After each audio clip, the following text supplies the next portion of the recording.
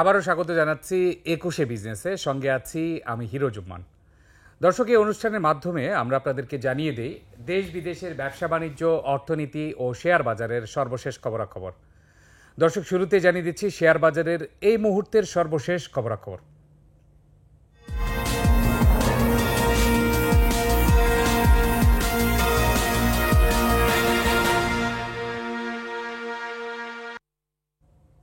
নিম্নমুখী প্রবণতা দিয়ে শেষ হয়েছে ঢাকা শেয়ার বাজারের আজকের লেনদেন। তবে আজ সূচকের ব্যাপক পতন হয়েছে। গত সপ্তাহে পুরো সপ্তাহে সূচক কমেছিল ১৪ পয়েন্ট। আজ এক কার্য দিবসে সূচক কমেছে প্রায় ৩৫ পয়েন্টের মতো। সূচকের অবস্থান রয়েছে ৫,১৭০ পয়েন্টে, অর্থাৎ সূচক ৫,২০০ পয়েন্টের নিচে আবারও নেমে গিয়েছে। এছাড়া লেনদেনের গতিও গত সপ্তাহের ডেইলি এভারেজ লেনদেনের চেয়েও কম হয়েছে। সর্বশেষ আমরা দেখেছি ৪০৭ কোটি টাকার মতো লেনদেন হয়েছে, যে হিসেবে গত সপ্তাহে ডেইলি এভারেজ লেনদেন ছিল ৪৮৭ কোটি টাকার মতো। সেই হিসেবে প্রায় ৮০ কোটি টাকা কম লেনদেন হয়েছে আজ ঢাকা শেয়ার বাজারে। এর পাশাপাশি নিম্নমুখী প্রবণতা তো রয়েছে, বেশিরভাগ কোম্পানি শেয়ারের দামও কমেছে। দর্শক, আপনাদেরকে জানিয়ে দিচ্ছি আজ দিন শেষে কোন কোন কোম্পানিগুলো টপ ট্রেডে ছিল, গেইনারে ছিল এবং লুজারে ছিল। দর্শক, আমরা অপেক্ষা করছি টপ ট্রেডের অবস্থান দেখার জন্য।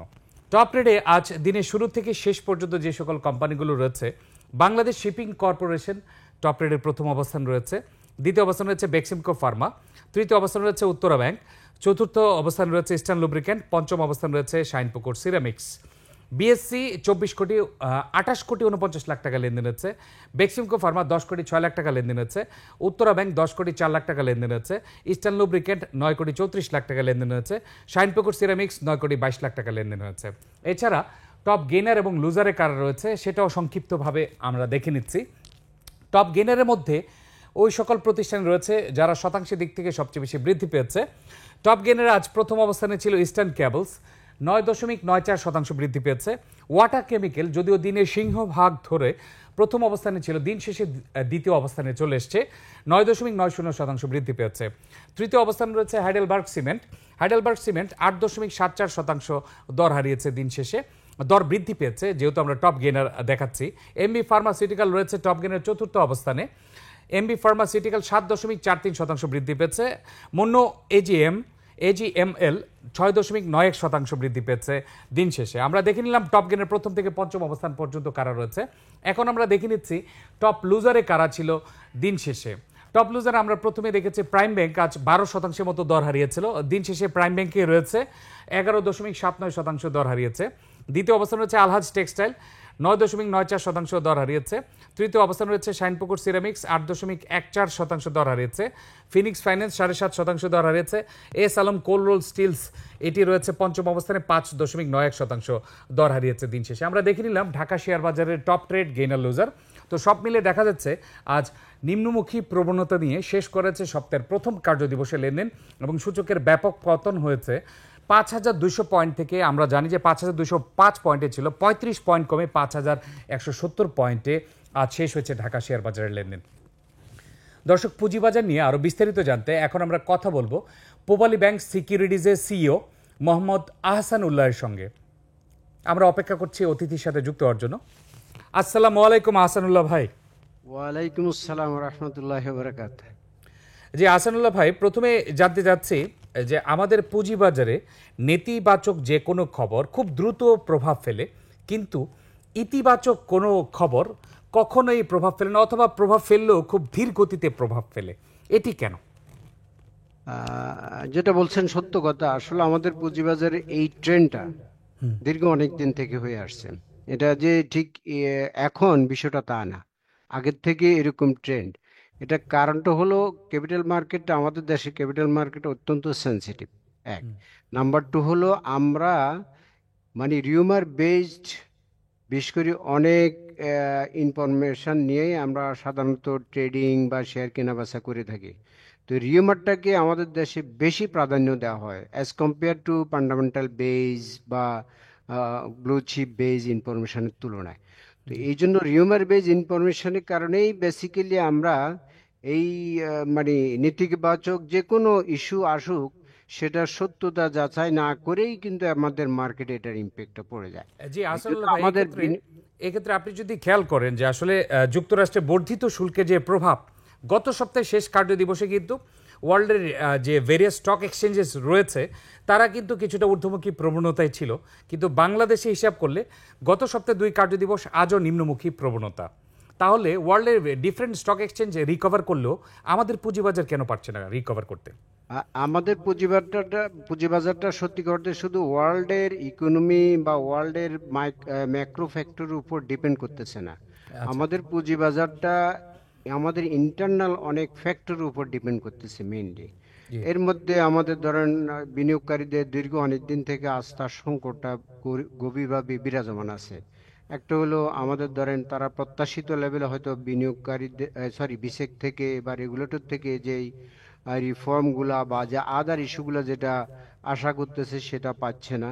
ইতিমধ্যে যে স্টেপগুলো নিয়েছে আমরা কম বেশি সবাই জানি, এই রিগার্ডিং এই স্টক শিফটিং জেড ক্যাটাগরি বলেন, তারপরে আদার ফাইন ইস্যুস, এগুলা মার্কেটে অনেক সময় এটা আস্থার সংকট একটা ঘনীভূত হচ্ছে। আর একটা হলো আমাদের বর্তমানে আমরা জানি ইন্টারিম গভর্নমেন্ট বিরাজমান আছে, পলিটিক্যাল একটা ইস্যু আমাদের দেশে অলরেডি ইম্প্যাক্ট পড়তেছে। আবার কেউ মানে কারো কারো দৃষ্টিভঙ্গি থেকে বলতেছে আমাদের ইন্ডিয়ার কিছু এই যে ট্রান্সশিপমেন্ট একটা ইফেক্ট করতে পারে আমাদের হয়তো মার্কেটের উপর। তারপরে ট্যারিফের যে ইস্যুটা সেটা যদিও 3 মাস স্থগিত করা হয়েছে, সেটা আমাদের গার্মেন্ট সেক্টরটা হলো মেইন একটা সেক্টর, সেটার কারণে হয়তো গার্মেন্ট সেক্টর রিলেটেড ইন্ডাস্ট্রিগুলা হয়তো এফেক্টেড হতে পারে। এই জিনিসগুলো আসলে আমাদের মধ্যে বেশি বিরাজমান। আমরা মেইনলি হয়েছে যে কথাটা বললাম, ওই যে rumour based plus fundamental base আমাদের ইনভেস্টমেন্ট প্যাটার্নটা বা অ্যাটিটিউডটা কম থাকার কারণেই আমাদের এই বিষয়গুলা মানে বেশি আমাদেরকে জি, পেয়ে বসতেছে। জি, আহসানুল্লাহ ভাই, একটু আগে আপনি বলছিলেন যে পুঁজিবাজারে রিফরমেশন হয়নি। আপনি জানেন যে 5ই আগস্টের পরে অন্তর্বর্তী সরকার প্রায় 8 মাস পার হয়ে গেছে। আপনি পুঁজিবাজারে সংস্কারের জন্য গঠিত টাস্কফোর্স কমিটি সুপারিশ দিয়েছে মাত্র মিউচুয়াল ফান্ড, মার্জিন লোন এবং আইপিওর ক্ষেত্রে। বাজার বিশ্লেষকরা বলছেন যে আসলে হয়তোবা এই সুপারিশগুলো থেকে স্বল্পমেয়াদী, মধ্যমেয়াদী, দীর্ঘমেয়াদীর মধ্যে কিছু কিছু সিলেক্টিভ যদি কোনো স্টেপ হতো অথবা দৃশ্যমান কোনো স্টেপ দেখা যেত, তাহলে হয়তোবা পুঁজিবাজারে আস্থা ফিরে পেত। কিন্তু কার্যত পুঁজিবাজারের সংস্কারে অনেক ধীর গতি হচ্ছে। এটিও কি পুঁজিবাজারে নেতিবাচক প্রবণতা হওয়ার কারণ?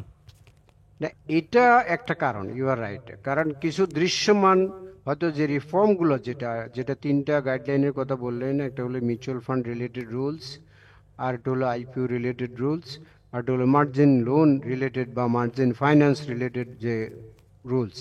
এই 3টে আমরা গতকালকে আমরা ডিএসসিতে একটা প্রোগ্রাম ছিল, সেখানে আমাদের বিসিকের চেয়ারম্যান মহোদয় ছিলেন চিফ গেস্ট হিসেবে।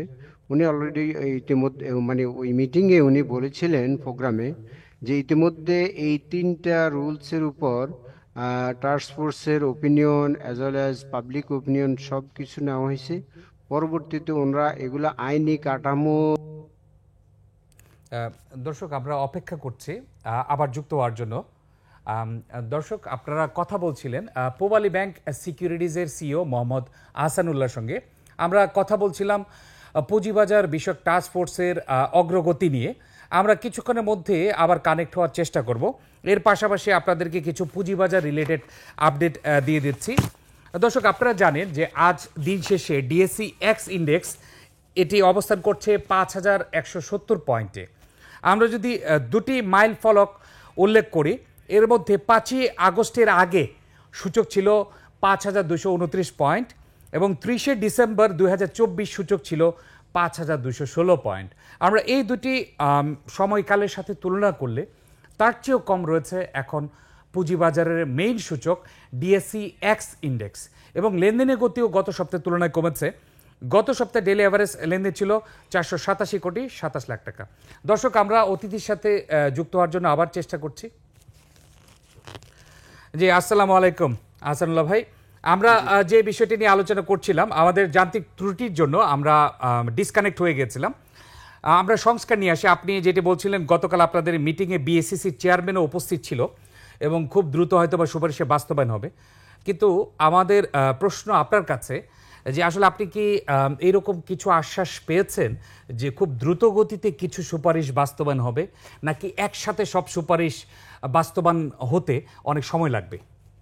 না, উনি যেটুকু মানে জাস্ট স্টেটমেন্ট আকারে বা লিখিত আকারে যে স্টেটমেন্ট দিয়েছে, আমরা যেটা যারা উপস্থিত ছিলাম আমরা জেনেছি শুনেছি, সেটা হলো মানে এটা যেহেতু এখন টাস্ক ফোর্স থেকে অলরেডি এসে গেছে, পাবলিক ওপিনিয়নও চেক করা হয়েছে, সেটা পেয়েছে। এখন একসাথে আইনি প্রক্রিয়া বাস্তবায়ন করার জন্য যে সময়টুকু লাগবে, অর্থাৎ কমিশন মিটিংটা বা আদার ইস্যুস, সেগুলো কমপ্লিট করে ওনারা হয়তো দিবেন। তবে জি, আপনি যেটা বলছিলেন যে পার্ট বাই পার্ট এটার ইমপ্লিমেন্টেশন, এখন সেটুকু ওরকম কোনো আমরা স্টেটমেন্ট বা আলোচনায় বোঝা যায় না। আভাস পাননি। আচ্ছা, এক্ষেত্রে আপনি জানেন যে গতকাল আপনাদের মিটিংয়ে আলোচনা হয়েছে যে আগে বিনিয়োগকারী ছিল ৩৩ লাখ, এখন বিনিয়োগকারী কমতে কমতে ১২ লাখে এসেছে এবং অ্যাক্টিভ বিনিয়োগকারী বলা হয় ৫ লাখ বিনিয়োগকারীকে। এত বিনিয়োগকারী কমার কারণ কি, আর কিভাবে বিনিয়োগকারীকে ফেরত আনা যায়?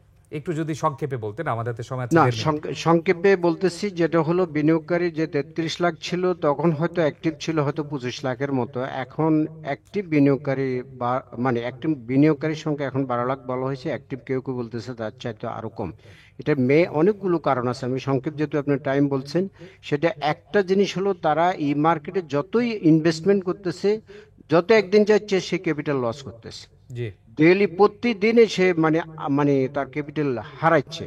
এবং আইপিওর মাধ্যমে যাও, অনেকেই আইপিওর জন্য বিও অ্যাকাউন্ট খুলেছিল বেশি পরিমাণে, কিন্তু জি। আইপিওরও তেমন প্রত্যাশিত আমরা দীর্ঘ অনেকদিন কোনো আইপিও, ভালো আইপিও দেখতেছি না। ইভেন আইপিও এখন বর্তমানে আইপিও নাই আসে নাই, বলা গত যায়। ৮ মাসে নাই, কোনো আইপিও আসে নাই। গত কয়েক মাসে কোনো আইপিও নাই। তো ফলে এই দিক থেকেও তাদের হতাশার কারণ। আর দ্বিতীয়ত হলো তারা যতগুলা পেয়েছে নেগেটিভ মানে বিষয় পেয়েছে, যেগুলো মার্কেটে তাদের ক্যাপিটাল ইরোশন হচ্ছে ডেলি। তো সুতরাং এখন তারা চাইছে না, আজকে তার হয়তো 5 লাখ টাকা ক্যাপিটাল আছে, আগামীকালকে হয়তো এটা 4.5 লাখ টাকায় নেমে আসবে। এই জন্য সে অ্যাজ আর্লি অ্যাজ পসিবল সে শেয়ার লসে সেল করে দিয়ে তার অ্যাকাউন্টটা ক্লোজ করে দিচ্ছে, লস আরো যত ফার্দার না বাড়ে। জি, এই দৃষ্টিভঙ্গি থেকে এটা হয়ে যাচ্ছে। এখন এটা যেটা দরকার, তাদের আস্থার সংকট মানে যাতে আবার ফিরে পায়, সেই জন্য আমাদের রেগুলেটরও মানে ভূমিকা নিতে হবে। এবং পাশাপাশি আমাদের পলিসি সাপোর্ট লাগবে গভর্নমেন্ট লেভেল থেকে, জি। অর্থাৎ এনবিআর, তারপরে বিনিয়োগকারীদের জন্য আমরা যেটা ইতিপূর্বে দেখেছি, আমরা তাদের জন্য ডিভিডেন্ড ইনকাম 50,000 টাকা পর্যন্ত ট্যাক্স ফ্রি ছিল, তারপর 50,000 টাকার উপরে হলে ডিভিডেন্ড ইনকাম তখন ট্যাক্সেবল ছিল। জি, কিন্তু গত আহসানুল্লাহ ভাই, গত আপনার প্রপোজালটি বোঝা গিয়েছে যে আসলে বিনিয়োগকারীদের যে ডিভিডেন্ড রয়েছে, ডিভিডেন্ডের উপর একসময় ট্যাক্স রিবেট ছিল যেটি বর্তমানে নেই, সেটি আবার পুনরায় চালু করার কথা আপনি বলছেন। মিনিমাম আসলে ৫০,০০০ টাকা অথবা ১ লাখ টাকা পর্যন্ত ট্যাক্স রিবেট দেয়া যায় কিনা সেটি নিয়ে বলছেন, তাই তো? আমাদের জি, শেষ করতে হবে। জি, জি, শিওর। জি, আপনাকে অসংখ্য ধন্যবাদ আহসানুল্লাহ ভাই আমাদেরকে সময় দেওয়ার জন্য। ধন্যবাদ আপনাকে এবং দর্শকদেরকেও। দর্শক, এতক্ষণ আমরা পুঁজিবাজার পরিস্থিতি নিয়ে কথা বলছিলাম পূবালী ব্যাংক সিকিউরিটিজের সিইও মোহাম্মদ আহসানুল্লাহের সঙ্গে। দর্শক, এবার নিচ্ছে একটা বিরতি। বিরতির পর দেশ বিদেশের ব্যবসা বাণিজ্যের নানা খবর নিয়ে আসছেন সাদিয়া লাবনী। ততক্ষণ আমাদের সঙ্গেই থাকুন।